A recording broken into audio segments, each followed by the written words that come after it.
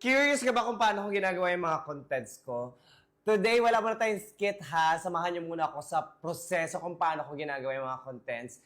And magtutour tayo sa aking studio, kaya samahan mo ako at wala kang magagawa.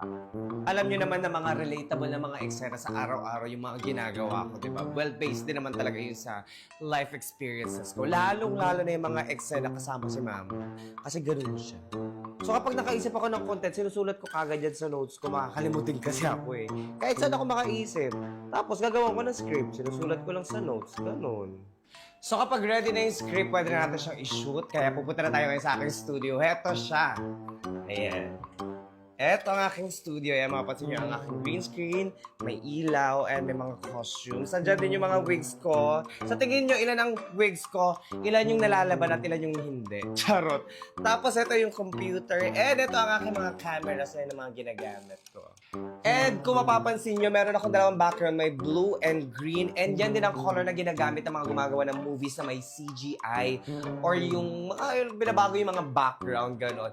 Alam nyo ba kung bakit? Bakit blue and green ang ginagamit? Ba't hindi lang fuchsia pink? Kasi ang blue and green ay malayo sa kulay ng balat.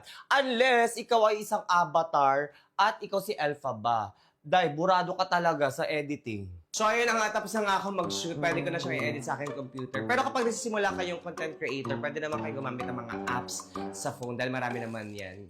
Next na gawin natin, tanggalin natin tong background, yung green screen. Linisin natin. And then palitan natin, lagyan natin ng background na kunwari nasa bahay tayo. Ganyan. Tapos lagyan natin ng layer. Layer natin sa mga pinagagawa mo. Oh, galit na naman si Mama. Sobrang madali na sa akin ang editing since matagal ko na rin ito ginagawa. Matrabaho lang talaga siya. Babad sa computer, kaya minsan sumasakit na rin ulo ko at katawan kakaganito.